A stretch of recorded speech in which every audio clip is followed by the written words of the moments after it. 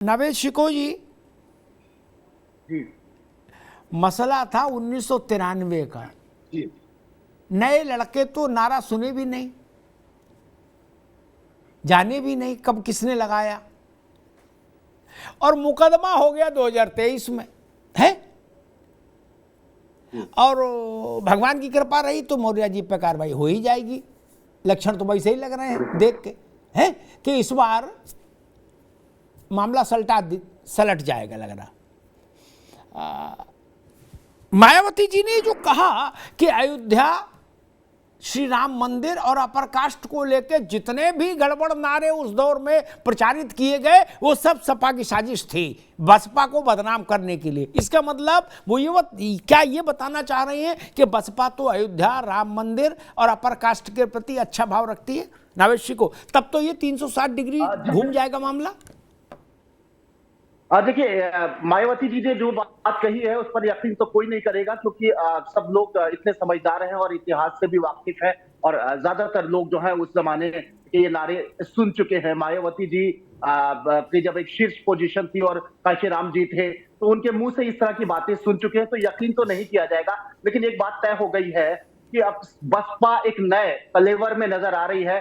अब वो सामाजिक न्याय कह दीजिए या कहिए कि जातिवादी, इन चीजों से अलग होके वो एक अलग किस्म की पार्टी बनी हुई है, और 12-13% जो उसका वोट है वो एक लावारिस जैसा पड़ा हुआ है, जिसके ऊपर कभी अखिलेश यादव नजर रखते हैं, कभी स्वामी प्रसाद मौर्य, तो कभी भारतीय जनता पार्टी उनको लुभाती भी है और सफल भी होती है। तो मेन लड़ाई यह है कि अब अखिलेश यादव अकेले, जिसको आप जातिवाद कह दो या सामाजिक न्याय की बात कह दो, अब उत्तर प्रदेश में सिर्फ समाजवादी पार्टी बची है। आज की तारीख से मायावती जी ने ये कह दिया कि उनसे जाति से कोई मतलब नहीं है, इनडायरेक्ट वे में कह दिया अब सामाजिक न्याय से उनसे कोई मतलब नहीं है। वो एक कॉकटेल पार्टी है, अब वो एक सर्व समाज की पार्टी है, और वो हिंदुत्व के कहीं ना कहीं खूबसूरती से जुड़ी हुई है। वो कहीं ना कहीं राम मंदिर का स्वागत करती है, कहीं ना कहीं भारतीय जनता पार्टी की नीतियों को वो पसंद करती है, और जाति, उन्होंने खुद लिखा कि जातिवाद जो है वो विकास का रोड़ा है। ठीक, जो बात नावेद जी ने बताई वो भी ठीक, लेकिन आधी बात रह गई। एक अर्थ तो उन्होंने बताया कि इसका अर्थ ये जनता ले सकती है, दूसरा अर्थ ये भी जनता ले सकती है कि मायावती जी ये कह रही हैं कि समाजवादी पार्टी अपने जन्म से अयोध्या, अपर कास्ट और राम मंदिर के खिलाफ है रही, ये भी समझ लीजिए। तो सपा को मिलने वाला वोट उस गैर हिंदू थोड़ी ना है, हिंदू ही ना वोट है, उसी से राज तिलक है, उसी से मुकुट है, उसी से सिंहासन है सबका। नहीं तो चुंगी की मेमोरी नहीं मिल सकती किसी को। क्या सच नहीं है? कड़वा है लेकिन सच है। जो आदमी भी खादी का कुर्ता पहन रहा है इस देश में, और गांव की प्रधानी भी जिसने कभी जीती है, उसको हिंदू वोट के सौजन्य से ही वह अवसर प्राप्त हुआ है। इसमें कोई बुरी नई बात थोड़ी नहीं कह रहा हूं, ना कोई रॉकेट साइंस बता रहा हूं, सबको मानना ही पड़ेगा। मन से मानो, बेमन से मानो, लेकिन मानना तो पड़ेगा। अच्छा, फिर जातिवाद को सेमिनार में बोलने के लिए एक शब्द क्वाइन कर लिया गया, सामाजिक न्याय। वो गांव देहात में सीधे सीधी बात को जात का मामला है, जाति भी नहीं, जात। बिहार में कोडिंग हो गई 216 जातियों की, अपने अपना नंबर याद रखो, वो भी सामाजिक न्याय के नाम पे हुआ, कोडिंग हो गई। मनोज यादव का नंबर कौन सा है, कुछ का नंबर कौन सी है कोडिंग, और मनोज पंडित की कौन सी है नंबर, पैन नंबर कितना, आधार नंबर कितना, जारी कर दी लिस्ट सरकार ने, वो भी करे सामाजिक न्याय है। ठीक, खैर मैं बीजेपी और समाजवादी पार्टी के पास चलूं और लड़ाई बहुत घनीभूत हो जाए दोनों के बीच में, उससे पहले कुछ आपसे समझना चाहूँगा। सामाजिक दृष्टि से ये जो इधर 3-4 दिन में जो घटनाएं घटी, समाजवादी पार्टी का काशीराम जी की प्रतिमा का अनावरण, मौर्य जी का वो 1993 का नारा अचानक से अखिलेश यादव के मौजूदगी में पूरी ऊर्जा के साथ दोहरा देना, उनके खिलाफ मुकदमा हो जाना, और फिर मायावती जी का 1 2 3 खटक खटक खटक 3 ट्वीट, कैसे देख रहे हैं इसको? नहीं, मैंने मायावती जी का भी ट्वीट पढ़ा। जी। और स्वामी प्रसाद मौर्य की जो पॉलिटिक्स है, वो उन्होंने जब समाजवादी पार्टी के साथ वो आए थे, उसी वक्त उन्होंने 15 से और 85 के बीच की बात की थी उन्होंने उस वक्त। और वो अखिलेश यादव को भी अब इसी पैटर्न के ऊपर ले जाने की कोशिश कर रहे हैं, इसलिए साहब कांसीराम के जो मूर्ति का अनावरण करना हो, उसके बाद भी उनका जो वो नारा लगाना है, मुझे लगता है कि इससे अखिलेश यादव को फायदा कम नुकसान बहुत ज्यादा होने वाला है। और रही बात बसपा सुप्रीमो मायावती की, तो उन्होंने अपने कई इंटरव्यूज में ये बात बोली है कि मैंने ऐसा कोई विवादित नारा नहीं लगाया, कुछ लोगों ने लगा दिया होगा। तो मुझे लगता है कि स्वामी प्रसाद मौर्य जी तो उस टाइम बीएसपी में ही थे, और मायावती जी का ये कहना कि यही लोग नारा लगाते थे कि स्टेज के नीचे खड़े होकर ऐसे ही लोग नारा लगाते थे। तो मायावती तो अपनी बात के ऊपर अब भी कायम है। जो उनकी बहन जी की बात रही है कि हमने नारा नहीं लगाया, ना मान्यवर साहब कांसीराम ने नारा अच्छा लगाया। एक बात कुछ बाबू, एक बात बता, एक मिनट बाबू, एक मिनट रुक जाओ। ये होती है थेथरई। थेथरई जानते हैं? नीतीश जी ने हमसे एक बार कहा था कि बिहार में थेथरोलॉजी है, पूरी एक शास्त्र है नया, थेथरोलॉजी।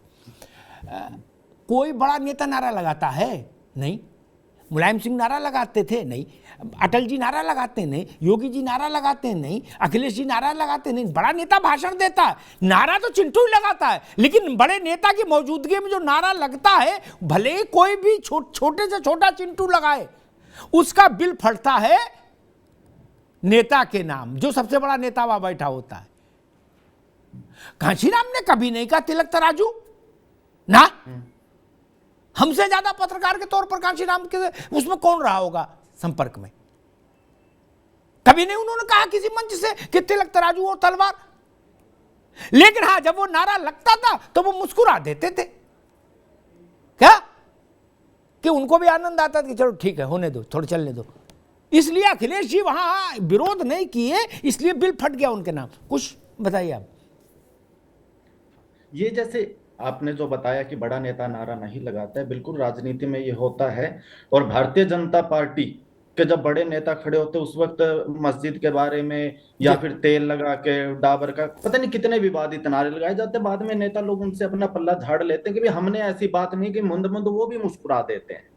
और रही बात अखिलेश यादव जी ने जिस तरीके से इसके ऊपर चुप्पी साधी है कि भाई हमने कुछ बोलना नहीं है, उन्होंने एक तरीके से राजनीतिक रूप से वो एक बीच की लाइन ले रहे हैं कि जितना फायदा स्वामी प्रसाद मौर्य से मुझे मिल जाए, कि हो सकता है ये मुझे दलित वोट दिला दे, इस तरीके के नारों से ही दिला दे। लेकिन उन्हें यह समझना पड़ेगा कि बसपा की भी पूर्ण बहुमत की सरकार तब आई थी जब सर्वजन हिताय का नारा लगा था, उससे पहले पूर्ण बहुमत की सरकार नहीं आ पाई थी। लेकिन अखिलेश यादव को कहीं ना कहीं उनके सलाहकारों ने उनके मन में यह बात बिठा दी है कि आपको दलित वोट मिल सकता है, जो कि बहुत मुश्किल है। कि आपको दलित वोट में भी कौन सा वोट, जो जाटव कम्युनिटी का वोट है, रविदासिया कम्युनिटी का वोट है, कि वो वोट मिल सकता है। तो वो एक मृग तृष्णा की तरह है, वो स्वामी प्रसाद मौर्य के पीछे चल रहे हैं कि हाँ शायद ये मुझे वो वाला वोट दिलवा दे, जो कि इस तरीके से मिलना ठीक बात है। कई बार ऐसा होता है। ठीक है, कुछ ठीक है, रुकिए। मनोज यादव के पास चलता हूं, फिर मनोज पंडित के पास आऊंगा। दो मनोज है मेरे साथ आज, बड़ा अच्छा संयोग है। स्वामी मौर्य के संदर्भ में एक बात कहूंगा। नेतराम के यहां मान लीजिए कोई लड़का काम करता है, मनोज यादव, वो दूसरे हलवाई के यहाँ गया, लखनऊ वाले ने, नेतराम है, दूसरे हलवाई के यहाँ गया, बोला भैया हम ही तो बनाते हैं कचौड़ी, हम हट जाएंगे नेतराम बंद हो जाएगी। नेतराम का क्या है, कचौड़ी तो हम बनाते हैं ना। और सब्जी गुड्डू बनाता, गुड्डू को भी ले आए हैं तोड़ के। क्या नए दुकान वाले ने सोचा गुरु अब असली मजा आ गया, नेतराम का ओरिजिनल आदमी तो अपने पास आ गया। वो पता लगा कढ़ाई धोता था वहां। क्या वो पता लगा कढ़ाई धोता था, है कुछ बना पाया नहीं, नेतराम का कुछ बिगड़ा नहीं, दुकान खुली और बंद हो गई। नहीं, मौर्य जी अभी तक कहीं इम्तिहान दिए नहीं, और एक दो बार दिए उसमें फेल हो गए। नहीं, इसलिए अभी जब तक कोई मौर्य जी बड़ा चमत्कार जनता के सामने न रख दे, तब तक आपको नहीं लगता कि मौर्य जी लायबिलिटी ज्यादा है, एसेट कम? ऐसे बयान देंगे और मुकदमा तो एक छोटी चीज है, इसका परसेप्शन खराब जाता है ना कि हवा मुड़ गई जय श्री राम। आज के वायुमंडल में ये नारा संकट पैदा कर देगा नहीं? अमिताभ जी, स्वामी प्रसाद मौर्य ने 1993 का हवाला दिया है, और ये हवाला आपके मुख से मैं कम 10 बार सुन चुका हूं, और मेरे मुख से कम पूरा उत्तर प्रदेश और देश 100 बार सुन चुका है, और तमाम विपक्षी दलों के मुंह से ये हजारों और लाखों बार सुना जा चुका है। अगर हवाला देने पे, नारा देने पे अगर मुकदमा बनता है तो लगाना चाहिए, इसमें किसी तरीके की कोई दिक्कत नहीं। लेकिन ये पुलिस जो उत्तर प्रदेश की है, ये किसी तरह का नशा करती है, और नशा इस तरह का करती है कि जब इन्हीं स्वामी प्रसाद मौर्य जी पे उत्तर प्रदेश के गुंडे, माफिया और चोला ओढ़ के, भगवा चोला ओढ़ के अपने आप को साधु संत कहने वाले जब कहते हैं कि स्वामी प्रसाद मौर्य का गला काट के लाओ मैं 20 लाख रुपए दूंगा, जुबान काट के लाओ मैं 5 लाख दूंगा जी, पे उत्तर प्रदेश की पुलिस और उत्तर प्रदेश का प्रशासन मूक बधिर बना रहता है। और मैं तब मुस्कुराता हूं कि कम से कम न्यायपालिका को न्याय किस तरीके से दिया जाएगा, ये यहाँ की सरकार और शासन और पुलिस तंत्र को नहीं मालूम। आप एक FIR करो, 10 FIR करो, जो सत्य है उसको कहने में हमें गुरेज नहीं है। आप इतिहास के पन्नों से सब कुछ मिटा दो, हमें इस बात से कदापि बिल्कुल कोई गुरेज नहीं है, लेकिन जो सत्य है वो सत्य है। समाजवादी पार्टी इस बात की बिल्कुल फिक्र नहीं करती कि क्या होगा कल। ये बात जो सत्य है उस पे चर्चा होगी। ठीक मनोज जी, ठीक, बड़े आपने बहादुरी की बात कही, हम फिक्र, ठीक है मनोज जी, ठीक है, पे चर्चा होगी, ठीक है, मायावती जी ना सुने, ठीक, अब रुकना होगा, मनोज पंडित के पास चलूंगा। देखो है क्या, कुछ की सेहत पे क्या फर्क, मनोज यादव की सेहत पर क्या फर्क, मनोज पंडित की सेहत पर क्या फर्क।